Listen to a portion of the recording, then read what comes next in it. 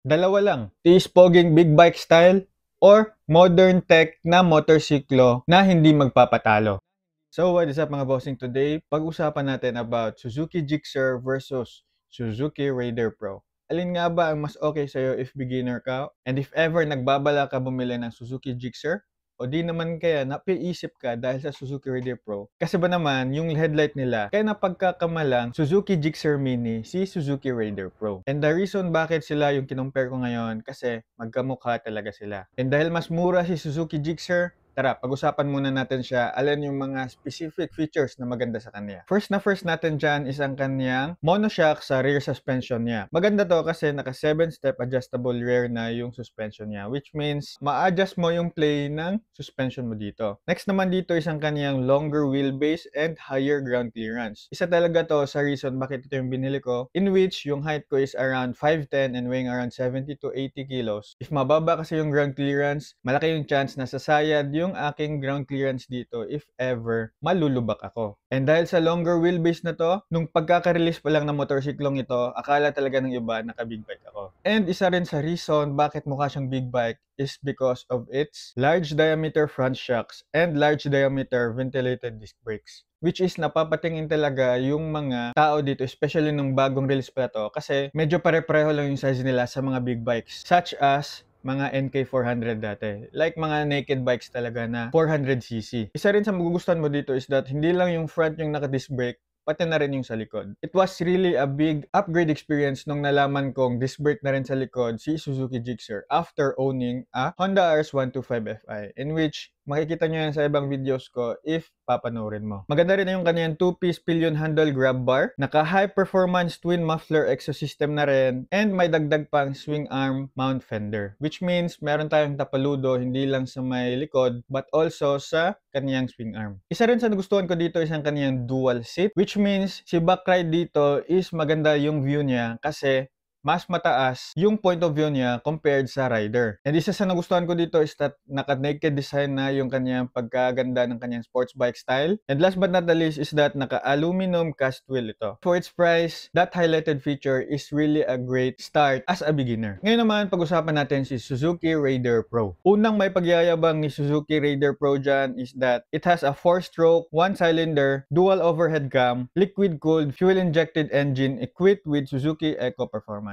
or SEP. And if performance talaga hanap mo, it really has a great power to weight ratio. And if ever beginner ka, makakatulong talaga tong feature na to sa'yo, which is ang Sleeper Clutch Assist System or SCAS. Not just that, it also has ABS or Anti-Lock Braking System. Naka full digital instrument panel na tayo dito with smartphone connectivity via Suzuki Ride Connect app. So meron na tayong app dito compared kay Suzuki Gixxer, in which meron na rin tong keyless ignition system, meron siyang direct current power source, meron tayong Suzuki Easy Start System, may air slicing aggressive design na rin, hindi lang siya naked but nakaganitong style pa, and same sila ng LED headlight ni Suzuki Gixxer. Naka 2-pot caliper, plain-like inspired winglets para gumanda yung performance ng motor mo kahit na mabilis ang takbo mo. May storage space pa sa harap mo, in which hindi lahat ng underbone tulad ng Honda RS125 Fi ko may ganyan. Maganda na rin yung kanyang sporty seat design.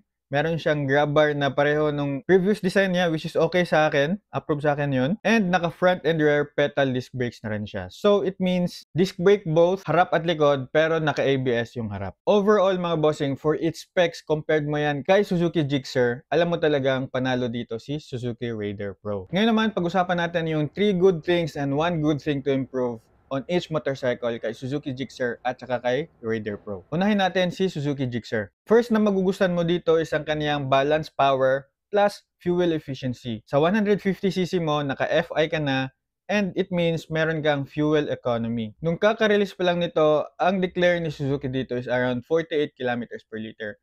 But after few years like ngayon 2025 recently, naging 50 kilometers per liter na ang claim kay Suzuki Gixxer. Next na magugustuhan mo dito is ang kanyang sporty big bike feeling and as well as maganda yung kanyang gulong kasi malaki talaga. So ayun, yun yung isa sa reasons talaga kaya mukha siyang big bike. Hindi lang malaki yung kanyang gulong, naka-disc brake pa harap at likod, and maganda yung kanyang handling. So, nagbibigay ng solid ride feels if ever gagamitin mo to pang commute daily. And last but not the least is ang kanyang value for money. Okay na okay talaga tong si Suzuki Gixxer as your first beginner motorcycle. Sapat na kasi siya sa city rides and pwede rin siyang ipangbiyahe sa long rides if ever kailangan mo tong gamitin pang long ride. And siguro one thing to improve dito kay Suzuki Gixxer is that hindi talaga siya pang high-end na motorcycle. Wala siyang ABS, wala siyang keyless, wala siyang slipper clutch, which means pang masa talaga si Suzuki Gixxer. If ever magiging premium feels ni Suzuki Gixxer, alam ko marami talagang mga mas magiging interesado sa motorsiklong ito. Ngayon naman,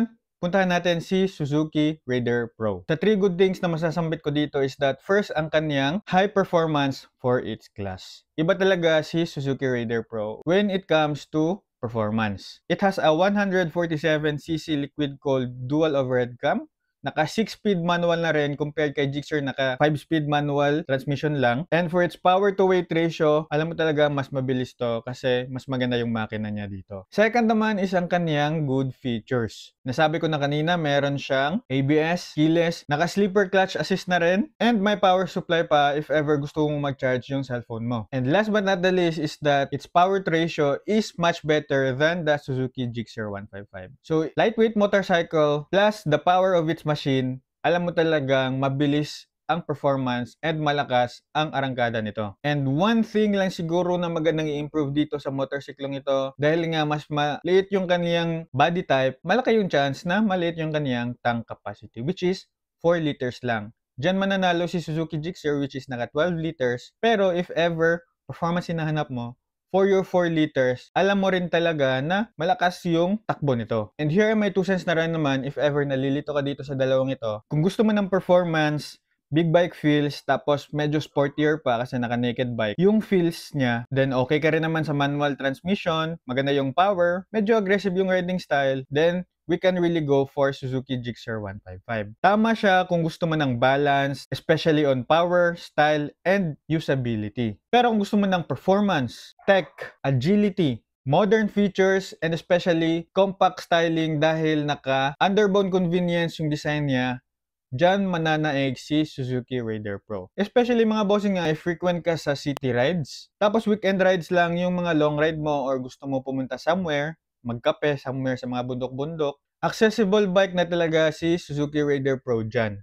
Meron ng performance, meron pang mga modern tech features na nabanggit ko kanina. So, okay talaga tong si Raider Pro dyan. So, if pera ang pag-uusapan natin, ito na lang yung ating pagbabasihan. If naghahanap ka ng balance everyday use, decent power, practical sports bike, yung feels, we can go for Suzuki Gixxer 155. But if ever naghahanap ka ng aggressive performance, merong tech features, merong underbone convenience, nimble to sa mga city rides mo, okay talaga si Suzuki Raider Pro. So, ang bottom line dito is that depende yan sa ano talaga yung gusto mo. But for me, cash-wise, diretso na ako kay Suzuki Gixxer. Wala na akong iisipin for around 105,000, 110,000. Pwede ko nang maiuwi si Suzuki Gixxer. Tapos, wala nang iisipin pa sa mga monthly. Which is, if si Suzuki Raider Pro naman, medyo mas mahaba-habang pag-iipunan mo talaga tong motorsiklong ito if ever ito yung mapipilian mo. Ngayon, tech-wise naman mga bossing, hindi ka rin naman lugi dito if ever mag-i-invest ka sa motorsiklong ito. Si Suzuki Raider Pro talaga mga bossing, okay na okay talaga yung mga tech niya dito. So, hindi ka na maabala if ever ito yung pipiliin mo. Dalawa lang, tiis-poging big bike style or modern tech na motorsiklo na hindi magpapatalo. Sa'yo ba mga bossing, ano ba yung mas natitipuan mo dito sa dalawang to? Comment mo nga dyan para malaman ko rin naman yung thoughts nyo. And if ever nagustuhan mo yung mga ganitong klase mga videos, you can follow me for more. Like this video na rin. And if ever meron kang mga gustong pag-usapan, you can comment down below your thoughts, your suggestions, or any questions na pwede natin pag-usapan dyan together with the community. Always remember lang to ride safe and see you on my next video.